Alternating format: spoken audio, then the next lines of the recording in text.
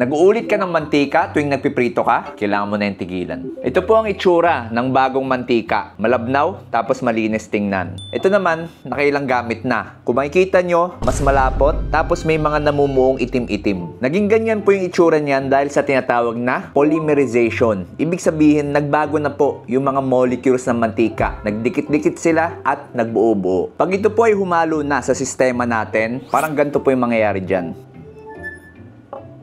Hindi na yan matutunaw sa katawan mo. Ang resulta, pwede yan magbara sa mga ugat mo at maipon sa atay mo. Actually, ito po yung dahilan kaya yung karamihan sa mga mahilig po sa fast food or sa mga street foods nagkakaroon ng tinatawag na fatty liver. Nagkakaroon ng mga imbak ng taba sa atay nila. At may kinalaman po yan sa pagkakaroon ng mga cancer. Pwede naman tayo mag-ulit ng mantika, pero dapat up to twice lang. Pag more than 5 times na yan, delikado na. Also, para safe tayo, wag po paghahaluin yung bago sa gamit ng mantika. Pwede naman mag-street foods tsaka fast food pero wag po aaraw-arawin. At dapat po malayo sa sunlight yung mantika sa bahay nyo. So kung may tropa ka na mahilig magprito o mahilig sa street foods, share mo tong video na to.